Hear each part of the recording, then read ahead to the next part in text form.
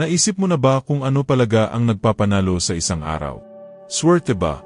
Isang pagkakataon? O mayroon bang espiritual na susi na maaring magbago ng isang ordinaryong araw sa isang puno ng layunin, direksyon at tagumpay? Marahil ay pinapanood mo muna ang video na ito sa umaga. Naghahanap ng isang salita ng pananampalataya bago tumungo sa iyong mga aktibidad.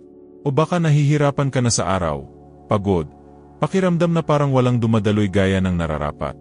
Anuman ang iyong sandali, mayroong isang simple ngunit malalim na katotohanan. Ang tagumpay ng iyong araw ay nagsisimula bago pa man ito magsimula. Ito ay ipinanganak sa iyong espiritu. Sa sandaling magpasya kang ibigay ang kontrol sa mga kamay ng Diyos. Karamihan sa mga tao ay nagsisimula sa kanilang araw sa pagmamadali, paglutas ng mga problema, pagtugon sa mga mensahe, pag-aalaga sa mga emerhensya. Ngunit paano kung, bago ang lahat ng ito, gumawa ka ng ibang pagpipilian? Paano kung nagpasya kang huminto ng ilang minuto at sabihin, Panginoon, pangasiwaan mo ang aking araw. Gabayan ang bawat hakbang, bawat desisyon, bawat pag-iisip.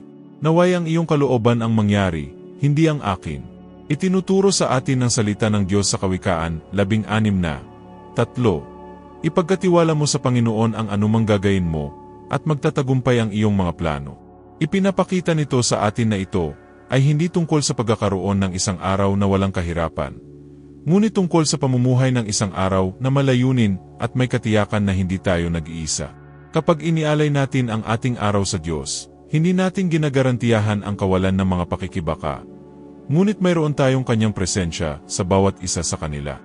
At pagkatapos ay maaari mong tanungin ang iyong sarili, paano, sa pagsasanay, bumuo ka ng isang matagumpay na araw?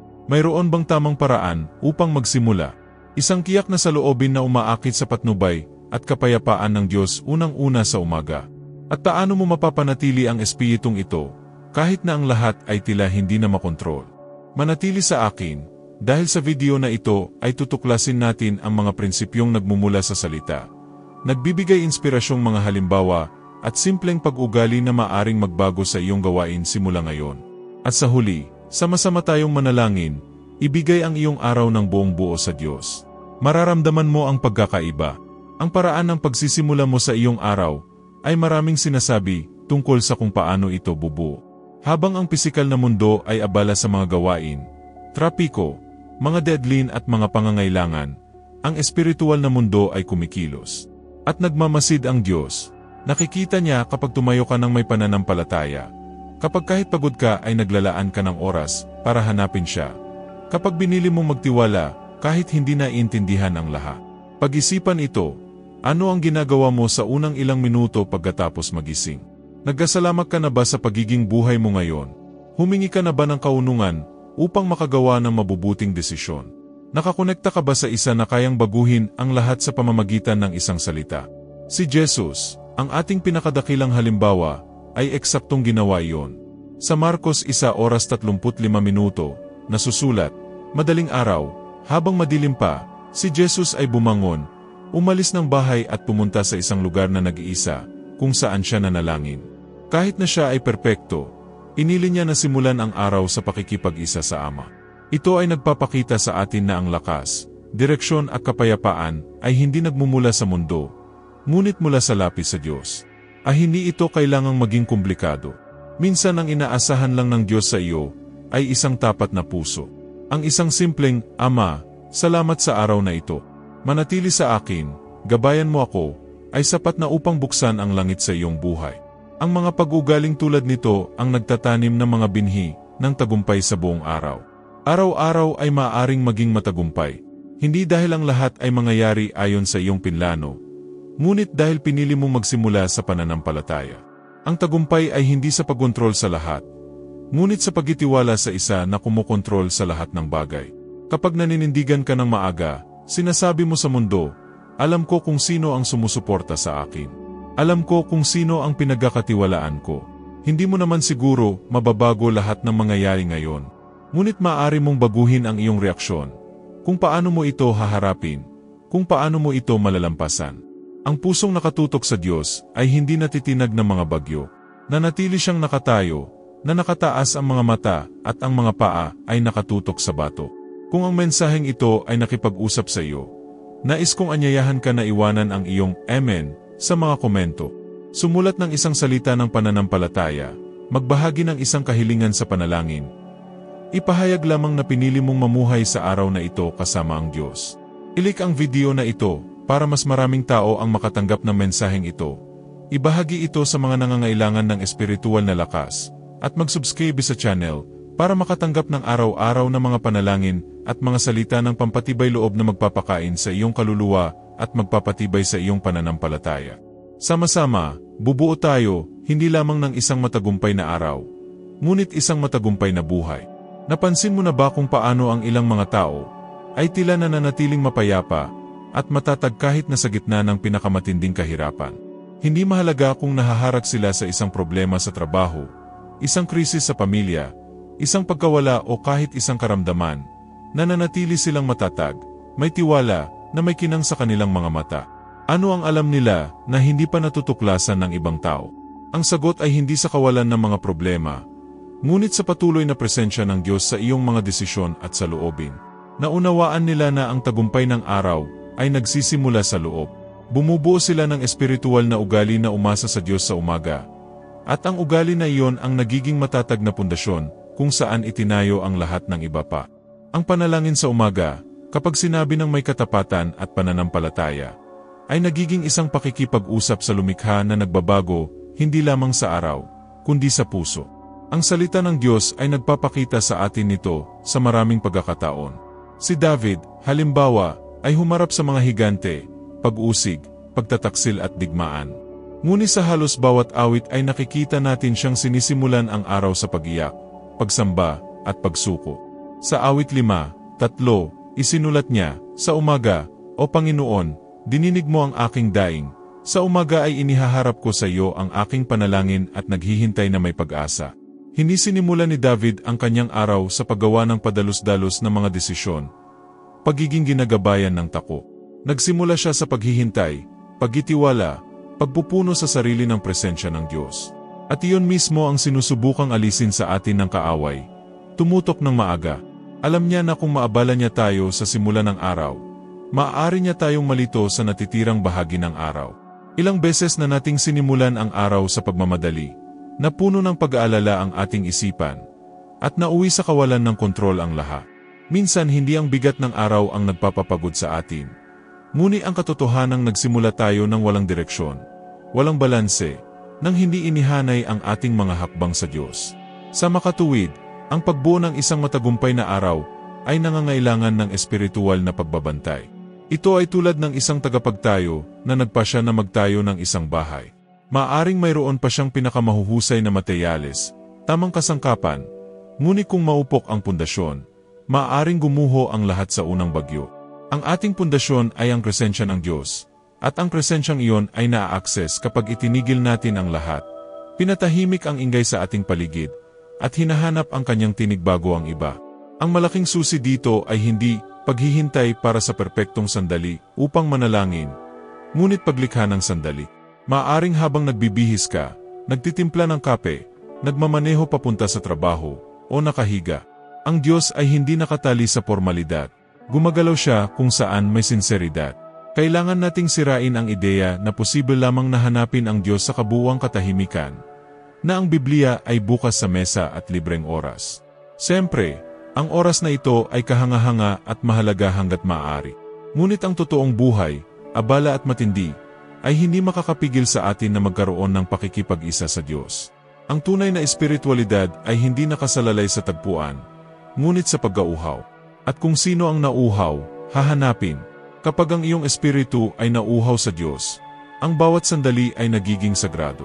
Isang simpleng malalim na paghinga at isang Diyos, tulungan mo ako ngayon, ay nagiging portal ng kapayapaan at direksyon. At tumugon ang Espiritu Santo. Siya ay isang tagapayo, isang mang-aliw, isang tapat na kaibigan, at nagsasalita siya sa mga taong nakikinig ng buong puso. At kahit na sa mga araw na gumising tayo na walang motibasyon, pagod o panghinaan ng loob, kailangan pa rin nating hanapin ang presensya ng Diyos. Dahil tiyak sa mga araw na ito na sinusubukan tayo ng kaaway na pahinain. Siya ay hindi lamang umaatake na may malalaking problema, ngunit may maliliit na distractions, banayad na pagkasira ng loob, Pakiramdam ng kawalang interes at kawalan ng layunin. Para bang sinusubukan niyang patayin, unti-unti, ang ningas ng ating pananampalataya. Ngunit kapag nagpasya tayong ipaglaban ito, kahit sa kaunting salita, kahit na may mabigat na puso, may gumagalaw sa langit. Nakikita ng Diyos ang pagsisikap, naririnig niya ang mga daing ng kaluluwa, at tumugon siya na nagdadala ng kapayapaan na hindi naunawaan ng mundo. Itinuturo sa atin ng Filipos 4:6-7, huwag kayong mabalisa sa anumang bagay, ngunit sa lahat ng bagay, sa pamamagitan ng panalangin at pakiusap, na may pasasalamat, ay iharap ang inyong mga kahilingan sa Diyos. At ang kapayapaan ng Diyos, na higit sa lahat ng pangunawa, ay mag-ingat sa inyong mga puso at pag-iisip kay Kristo Jesus. Ang pangakong ito ay totoo. Ang kapayapaan ng Diyos ay iba sa anumang damdamin ng tao. Hindi ito nakasalalay sa mga pangyayari, ngunit sa presensya. At kapag sinimulan mo ang iyong araw sa panalangin, ang kapayapaang iyon ay nagiging kapaligiran ng iyong isip at puso. Kahit na mabigat ang trapiko, mahirap ang iyong amo, masikip ang iyong mga bayarin o ikaw ay nasa sakit, ang kapayapaang ito ay magpapanatiling ligtas sa iyo. Sinusuportahan ka niya. Itinutulak ka nito pasulong, kahit na tila gustong itulak ka pabalik na mundo. Ang isang matagumpay na araw ay hindi isang araw kung saan ang lahat ay tama. Ito ang isa kung saan pipiliin mong magpatuloy kahit na tila mali ang lahat. Ito ay isa kung saan tumatanggi kang madaig ng kaguluhan at tumayo ng may pananampalataya. Tumingala, nagtitiwala na ang Diyos ang may kontrol. Huwag hintayin na bumuti ang mga pangyayari para maniwala. Ang pananampalataya ay tiyak na paniniwala bago makita. Nagigising si Faith, nakatingala sa langit at nagsasabi, Panginoon, hindi ko alam kung ano ang naghihintay sa akin ngayon, ngunit nagtitiwala ako sa iyo. Inilalagay ko ang lahat sa iyong mga kamay. Ang pagsuko na ito ang pinakamakapangyarihang sandata na maaari mong dalhin.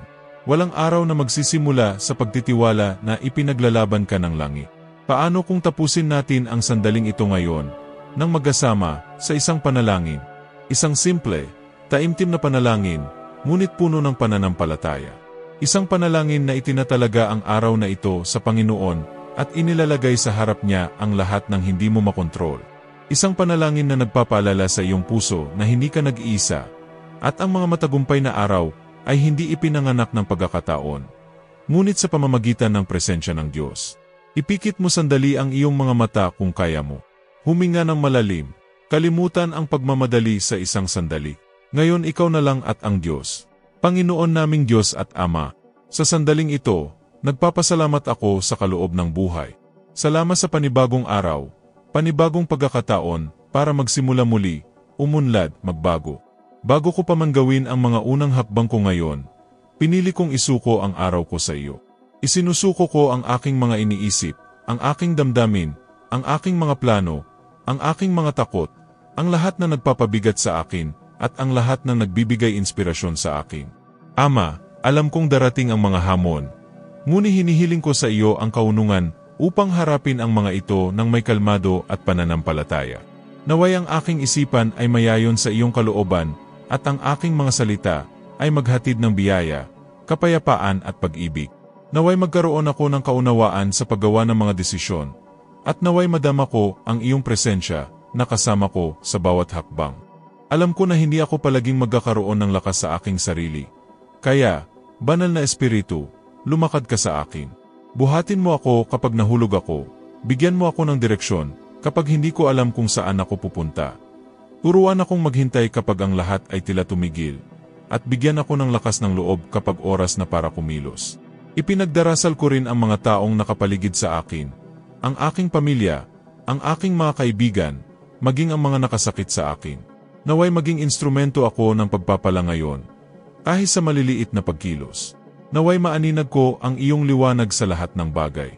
Panginoon, iniaalay ko ang araw na ito sa iyo. Kontrolin mo, gabayan mo ako, bantayan mo ako, palakasin mo ako. Sa pangalan ni Jesus, Amen. Ngayong nanalangin ka, may isang bagay sa loob mo na nagsimula ng magbago. Hindi ito tungkol sa emosyon, ito ay tungkol sa pananampalataya. Ito ay tungkol sa pagpapasya na magtiwala. Ang tagumpay na hinahanap mo ay maaring hindi pa nakikita, ngunit ito ay itinayo na sa espiritual. Habang nakahanay ka sa Diyos, inihanay niya ang mga sitwasyon sa iyong pabor. Minsan sa tahimik na paraan, minsan sa nakakagulat na paraan, ngunit laging may pagmamahal. At naway maging palagian itong pagsasanay. Huwag lamang tumigil sa video na ito. Naway tuwing umaga, bago mo puluyang imulat ang iyong mga mata, buksan mo ang iyong puso. Naway ang iyong unang pag-iisi sa araw ay hindi isang pag-aalala, ngunit ng pagsamba. Naway maging mas matulungin ang iyong espiritu sa langit kaysa sa kaguluhan dito sa lupa.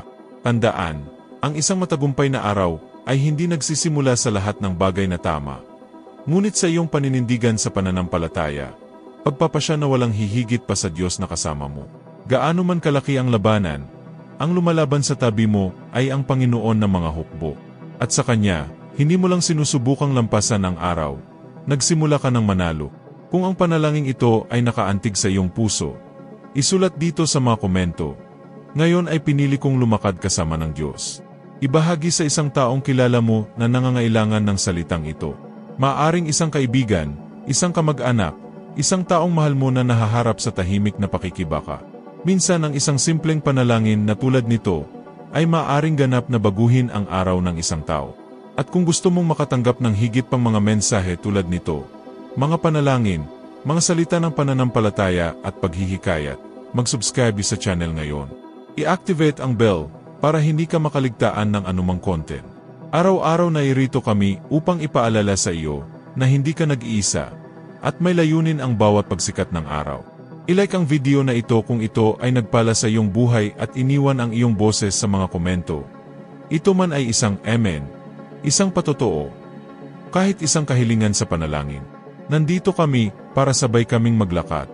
Naway saganang pagpalain ng Diyos ang iyong araw at naway mabuhay ka ngayon nang may katiyakan na Siya ang may kontrol. Humayo ng may pananampalataya dahil nagsimula na ang isang matagumpay na araw.